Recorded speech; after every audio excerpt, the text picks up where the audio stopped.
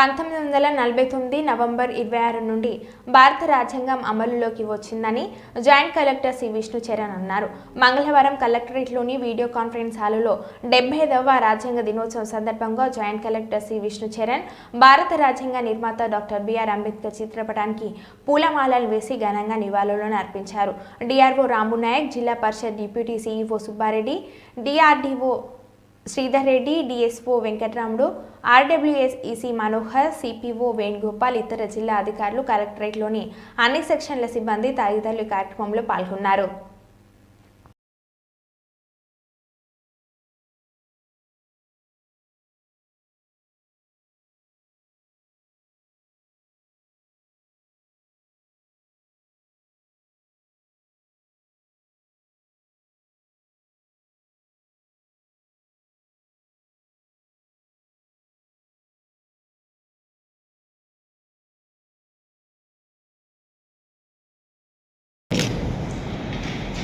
మనకి రాజ్యాంగం 1950 జనవరి 26 చాలా కమిటీస్ ఉన్నాయి. అందులో drafting committee is one of the primary thing.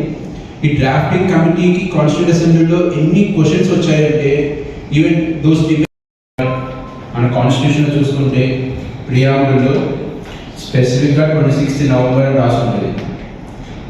ఎందుకు 26 నవంబర్లో మన కాన్స్టిట్యూషన్ రెడీగా ఉన్నా సరే జనవరి 26 వరకు వెయిట్ చేశాము అన్నాను కూడా there is historic reason.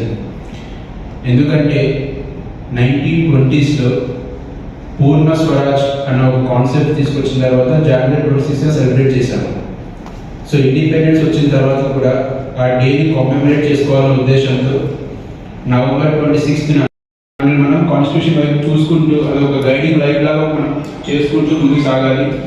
For every even government చేసే ప్రతి పాలసీ, పార్లమెంట్లో కానీ అసెంబ్లీలో పాస్ చేసే ప్రతి రెజల్యూషన్, ప్రతి యాక్ట్, ప్రతి లా అన్నిటికీ కూడా బ్రాడ్ గైడ్లైన్స్ మనం కాన్స్టిట్యూషన్ నుంచి డెలివర్ చేసుకుంటూ ఉంటాం మనం. So constitution is all very powerful and మన దేశంలో ఎవరు ఎలా బిహేవ్ చేసి ఉంటుంది. ఆ ప్రియాంబులలో మనకి చాలా అంటే మన దేశం ఎట్లా గవర్న్ అవ్వాలి అని ఏదైతే మన విజన్ ఇండిపెండెన్స్ ముందు ఉందో అదే విజన్ కొనసాగించేలా మన కాన్స్టిట్యూషన్ ప్రిపేర్ చేసుకున్నాము. అఫ్ కోర్స్ కొన్ని సిచ్యువేషన్స్లో మనం అమెండ్ చేసుకుంటూ వెళ్ళిపోయాము. Still they are the broad guidelines of overall picture of అనుసరించి చేయాలి తప్ప రాజ్యాంగం లేని చేస్తే కోర్టు పైన అన్ని కోర్టు కేసులు అన్ని క్యాన్సల్ అయితే రాజ్యాంగం ఏముంది దాన్ని బట్టి మనం ఫాలో కావాలి తప్ప రాజ్యాంగం లేని చేస్తే కోర్టులో మరియు అందాలి పౌరులెల్లరకు సామాజిక, ఆర్థిక, రాజకీయ న్యాయమును, ధర్మము, ఆరాధన,